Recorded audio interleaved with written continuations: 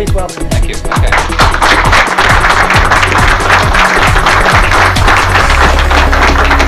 I want to start with the motherhood question. Is saving money a good idea? What do you think? Show of hands. It's a good idea to save money? Yeah. Bad idea to save money? Whose money? Whose money? Okay, well that's what I want to raise here, because it is something which everybody thinks is a good idea. We all think about how much money we've got in our bank accounts, what are our houses worth, and things like that. And what the mentality we've got is we're saving for a rainy day. You know, you save for retirement, you save for unexpected events. You've got the money there to spend when you need it. And the whole idea about it is you're going to spend less than your income, or in the modern day you buy an asset that grows faster than your income. Unfortunately, that's become more dominant. But that's the way we think about it. And this is an incredibly frustrating thing for people who work at macroeconomics and understand money, which is about 13 people. Not quite, it's a bit larger than that. But we're trying to explain why this actually doesn't work at the national level. And I thought I'd give a simple illustration of that to show that saving money is a great idea for individuals and disastrous for the collective, why it doesn't work. So just to mentally divide the country into three large groups: lots and lots of poor households, very few rich households, and the corporate sector. So poor households, rich households, and firms. We're going to aggregate all the money together and just pretend that each group has got, say, £100 billion in savings. Because for the poor, that would be very large numbers of small bank accounts, and for the rich, a small number of very large bank accounts. So I'm not saying there's a equal distribution of money, but just imagine that's the amount of money in each of those three buckets, and they're all spending on each other. Well, if you have £100 billion in your account and you spend that twice a year, you're generating £200 billion worth of spending, and that spending is somebody else's income. Okay, whatever you spend on, if you give somebody money something, you are buying something off them. Your expenditure is their income. Okay, and that's the thing you have to start off and thinking about at the macroeconomic level. So what I'm doing here is showing that in a simple little diagram and saying, here looking at expenditure, so the poor families, poor households, are spending $100 billion or pounds a year on the rich families and $100 billion on the firms.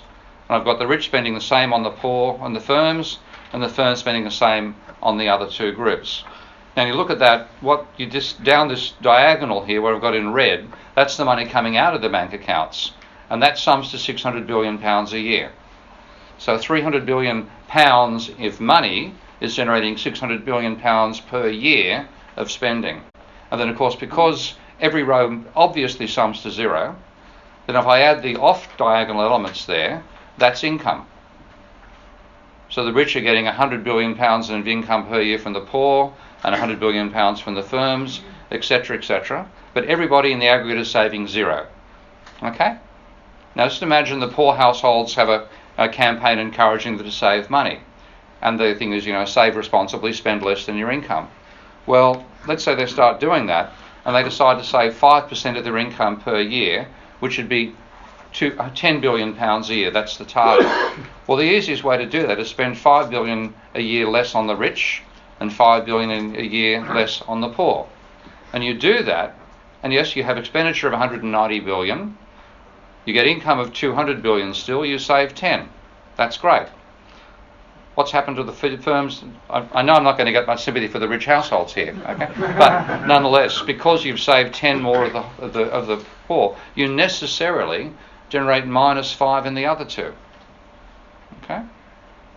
Your decision to save money simply means the existing stock of money, part of it accumulates in your account, and it has to come from somewhere. It comes out of the other bank accounts. So they're not deciding to spend more than they earn. They're spending more than they earn because you're spending less than you earn. In the aggregate, they must be identical. Okay? Simple little principle. And they say, what's the total GDP now? Well, you add up the diagonals again, the negative of the diagonals here, and you're down by £10 billion a year. They've made a surplus of 10 billion, but aggregate GDP has fallen from 600 billion to 590 billion. So saving at the individual level has become a fall in income at the national level. And this is what people don't get their heads around. When they think saving is a good idea, it's good to accumulate money, but you can't accumulate more money than exists. You can only accumulate more money if somebody's creating it, which is what I'm going to get onto. So here's the first stage of this. The savings by the poor households has increased their bank balances by £10 billion, but it's reduced GDP by £10 billion per year. And I don't need to give you an idea of what's going to happen to your incomes in that situation, okay, over time. I haven't taken a look at the feedback there, but you can imagine what's going to happen. And the aggregate savings are still zero. You haven't saved any money. In fact, you can't save any money in the aggregate. You can't increase the amount of money by saving. What you do is you slow down how fast that money turns over, and you therefore reduce income. Now, let's say the rich households and the firms decide to get back to balance. They're losing £5 billion a year now, so they decide they'll spend £5 billion less. But because they spend less on each other as well, they only get halfway there. So you've now got the poor household spending $190 billion, the rich and the firm spending $195 billion. The poor have still got another surplus that next year. There's a matching deficit still on the other two. So we're now down to $580 billion GDP, another £10 billion fall. So there's an equal fall in GDP for the increase in savings, attempted increase in savings, which of course does not happen. They're all failing to meet their savings targets. So let's imagine now, finally, the rich and the poor, rich and the firm, and the poor decide to overshoot and spend 10 less again, and the firms are half their way again once more. You get another fall. So the poor have got their surplus back again, but the rich are back in the deficits that they wanted to avoid. So let's say they decide, well, we're going to spend less too, we're going to save more money. So they decide to knock off another 10 worth, and hey, we finally get balance. We now have aggregate savings of zero once more, and GDP has fallen by 10%. Now, I think that summarises Tory economic policy. Okay? But if you're going to go in the opposite direction, you've got to argue for doing the opposite. And saying, first of all, you want them to spend, turning over money more rapidly, rather than spending less. I'm leaving aside ecological issues here, obviously, but that's part of it. But also, if you're going to have aggregate savings, it obviously all of us do have a desire to accumulate a net increase in our financial assets. So the question is, how do you do it? If that's the problem, when you've got a fixed amount of money, how do you actually create more, save more money? Well, the only way you can do that is by having some other group creating money in the economy. And I just want to quickly show you, just to illustrate what I've spoken about there, because one thing, I found this issue is so hard to get through to people, particularly economists, okay, not just the public. The economists are far worse because they've learned a theory of economics that leaves money and banks and debt completely out of the picture, and then they advise how to manage the economy using monetary policy, which sounds insane. That's because it is. But you have to be able to see this stuff in some sort of mathematical way to understand what they're doing. So this is a software package I've designed. I didn't write the code, but I designed it. It lets me build models of the economy, looking at the financial flows between different groups, using the accountant's tool of double entry bookkeeping to explain what's going on. So here I've got the poor spending on the rich, £100 billion each year, the poor spending on firms, the rich spending on the poor, the rich spending on firms, the firm spending on the poor, the firm spending on the rich. Exactly what I explained to you a moment ago, just in text terms. I want to show how it actually works when I simulate it. So I can set this up and say, let's start see what happens when we spend at that rate. And what you have is the bank where'd that come from, pardon me. The bank balances remain constant at £100 billion each. Savings is zero, and GDP is 600 billion.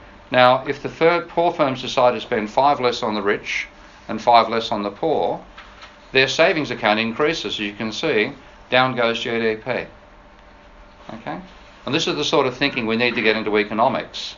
So you actually think this way and say, well, let's say if the rich decide to spend less, down it goes again. If the firms decide to spend less, down you go again.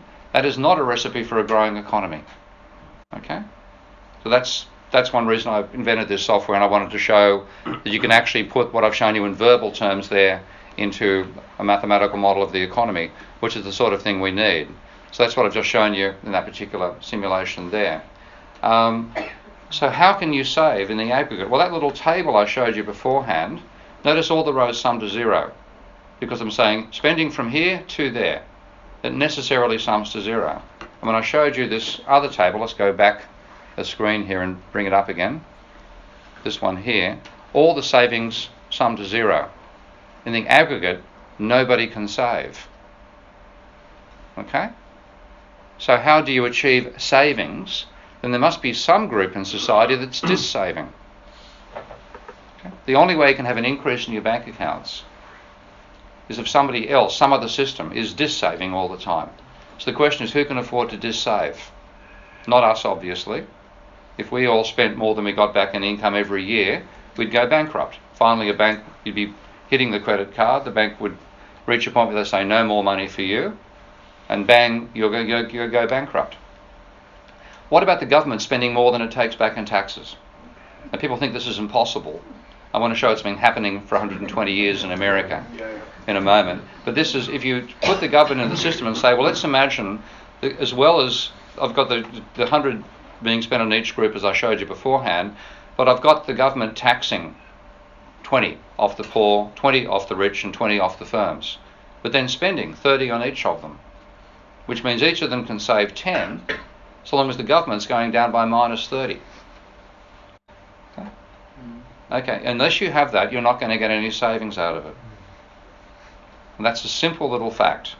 No method, there's no ideology in that. It's simply tracking spending from one spot to another. So if the government spent 30 billion on each of those groups and taxed at 20 billion on each of them, they could each save 10 billion while the government was dis-saving 30 billion. So how does the government dis-save? How can it do that? Well, the simple story is banks and governments are two independent ways of creating money in a market economy. The banks create money by lending out more than they get back in repayments.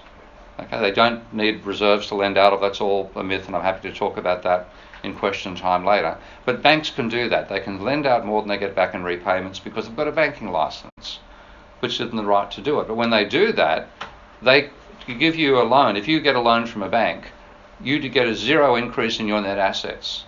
Okay? Because when you borrow the money, let's say you're buying a house in Bournemouth, what does a house here cost? 250,000? Reasonable guess? Couple of million. Couple of million. Unreasonable guess. Let's compromise on $1 million. Okay? The bank gives you a loan of $1 million, which means they credit your account for $1 million, which you then spend on give to the seller of the house, of course. You get a debt of $1 million at the same time. There's no change in your net assets. The change will occur if prices modify things over time, and that's a trap, by the way. But there's no change in your net assets, so you have saved zero by taking money off a bank. But if a government creates money by paying you a welfare check or by buying services off you or paying you a wage, that does not come with a matching debt for you. Okay? The government's got to handle it, but you get something which is free of debt when they give you that money. However badly they might do it and so on and so forth.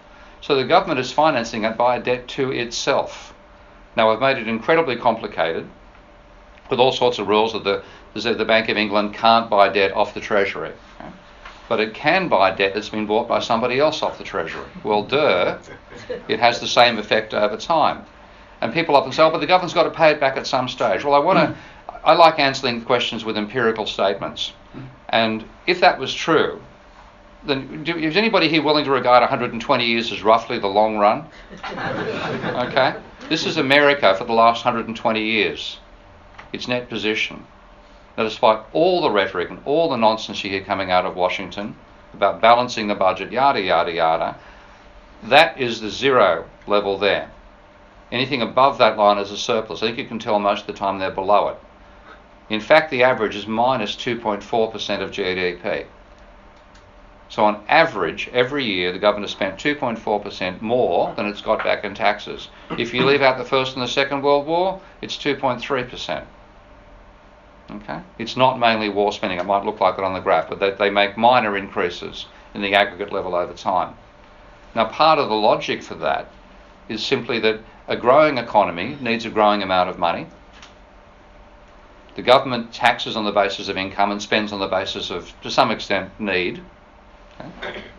Because the economy is growing at about, say, 5% per annum, and the money turns over twice a year, the government is effectively forced to create half that much every year in new money, 2.5% of GDP, roughly.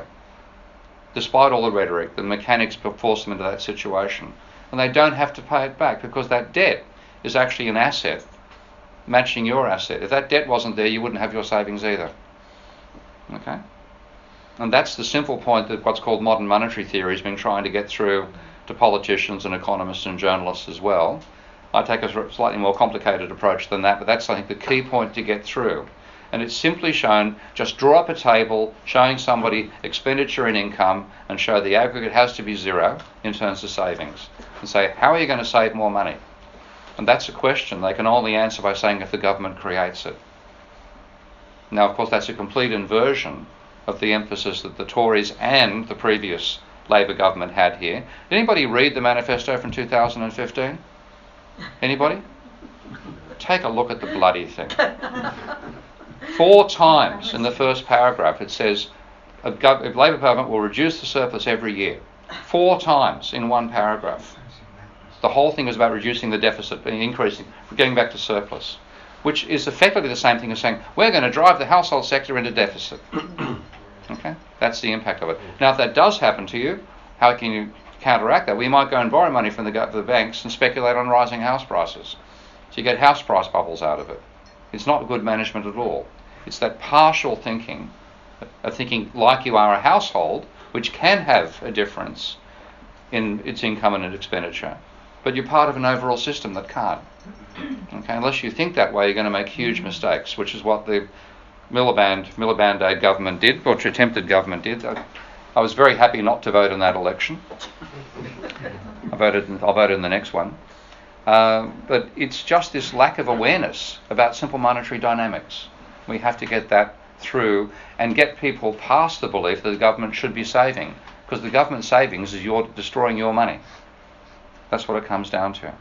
And people will say the government does these things inefficiently, and they're right. Okay? But the government's role is to create the stock of money that we spend. It's our role to turn that money over and generate the GDP. And separating those two roles makes it much, much easier to understand what the government should do. Now, one thing I find remarkable is how well the Tories made the case that the Labour government spending caused the crisis in 2008, which is fascinating. I mean, I'm sure that would have been a great thing for George Bush to be able to go and argue that the crisis in America was caused by the Labour government surplus in the UK, okay? And the same in Spain, and the same in Ireland, etc., etc. It was all a huge debt bubble. I'll also stop that for a second because it's quite remarkable, this particular chart, because what I focus on is it's not government debt that matters, it's private debt.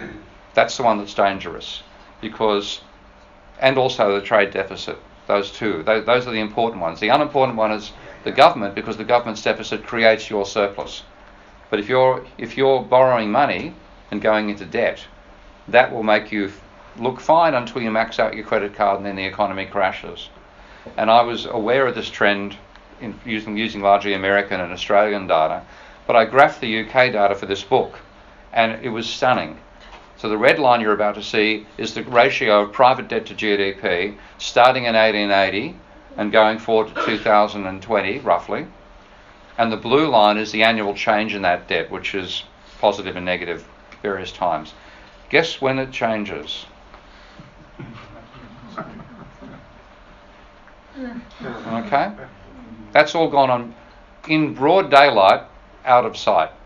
Because with all the obsession about government debt, nobody in the mainstream, nobody in the politics, nobody in the media focus upon this enormous explosion in private debt that began right after what was her name? Got elected. Started in 1982, which is pretty much when they deregulated building mortgage lending here, and the banks muscled in on building societies. And you went from having a debt level of about 55% of GDP to 195% of GDP. Now, when that was expanding, you had a boom. This is the bottom line here. When the blue's above the little dotted line here, that's where you've got positive credit. When the crisis hit, it's because you went from positive to negative credit. And the same dynamic as here applies in America, it applies in Ireland, it applies in Spain. That's what caused the crisis. And credit is actually driving the ups and downs of the economy. So what I've done here, I've taken the annual change in private debt, the blue line you saw on the previous graph. I'm just graphing that small bit of the data now. And I'm graphing the unemployment rate with 4% up here and 12% down here, just to show how strongly correlated they are. So the booms and slumps weren't caused by what the Labor government was doing, or the Tories for that matter, but they've certainly made it worse since the crisis. It's changes in credit. And the same thing, unfortunately, people say how irresponsible and how hopeless the government is at spending money and doing things. No argument. Are the banks any better? What did the banks give you money to do? To gamble on house prices. Okay, that's the red line. There is the level of household debt from 1965 to 1980, never more than 30% of GDP. After the deregulation of lending for mortgages, bang, it goes from 30% of GDP to 95%. And up go house prices in the process. Now again, it's a very simple relationship between credit and house prices. You think about the monetary demand for houses, it's the annual change in mortgage debt. New mortgages are what buy houses. So I call new mortgages mortgage credit. And if you want to work out how many prices can be bought for that amount of money, then you divide those new mortgages by the price level. So you get a link between new mortgages and the price level. You therefore get a link between change in new mortgages and change in the price level. And that's what's making housing unaffordable. And we take a look at the relationship. According to conventional economic theory, there's supposed to be no relationship there at all. Can you spot a relationship? Yeah, you can out there most economists. They don't even look at this data. It's outside their mindset. This is like me showing this to a bunch of mainstream economists is like Copernicus or Newton showing gravity to Ptolemaic astronomers. They don't know what it is. It plays no role in their model. And that's why we got caught in this trap. Now the reason that we've had such a crash now, whereas we didn't have a crash on this scale in previous decades, is because the demand comes from two sources ultimately. Turnover of existing money plus new money being created by the banking sector. That's the sum of demand. And if you have a low level of private debt, then big changes in credit aren't all that important. If you go back to when you had a 50% of GDP debt level, it didn't particularly matter.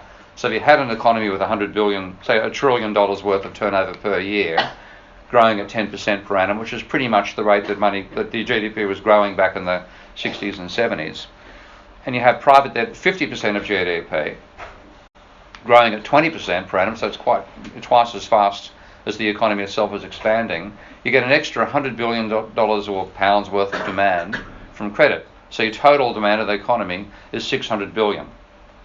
Now if you go forward 1 year and GDP continues growing at the same rate, so it's now 1.1 trillion, and debt slows down to only growing at the same rate as GDP, 10%. 10% of 600 billion is another $60 billion, and your total demand has gone up by $60 billion. You've still got growing demand even though credit slowed down. Now when you get to the level we are now, when you have debt being twice GDP, so the debt level's $2,000 billion, which is again roughly the ratio that the UK found itself in 2008. And that's growing at 20% per annum. Then credit's adding £400 billion worth of demand every year, which is huge. So you go to booming economy. Think a Celtic tiger. This is the Irish economy in that sense, thinking it's doing really, really well. Now, if next year the GDP still grows at the same rate, so $1.1 trillion in turnover of existing money, and the growth of debt slows to 10% per annum, 10% of 2.4 trillion, which is what you've got to, is $1.34 trillion. You've actually had a $60 billion drop in demand. So simply stabilising the debt level can cause a fall in total demand. And that's why it comes out of the blue. That's why it knocks you so badly. So that's the situation we've got ourselves trapped in.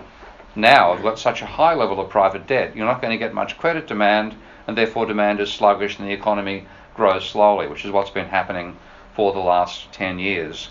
And globally, this book, it should have been called Can We Avoid, or Where Can We Avoid, would have been a better start, because countries like the UK and the USA that have been through this crisis aren't about to have another one, because you've got to jump off a cliff to break your legs, effectively. Jumping off a step's not so dangerous. So because you've got such a high level of debt, you haven't got a high level of credit anymore after the crisis, and therefore the fall in demand is going to be from a not particularly high level to a lower level. Whereas countries that borrowed their way through the crisis, like Canada, Australia, China, when they slow down, they're jumping off a cliff. So they're the ones which are going to see a fall. So I broke the world into two groups. I call countries like the UK the walking dead of debt.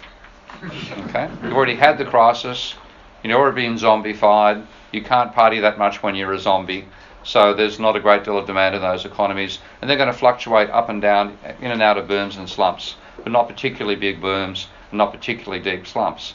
But the ones that are going to have a real slump are the ones that borrowed their way through the crisis back in 2008.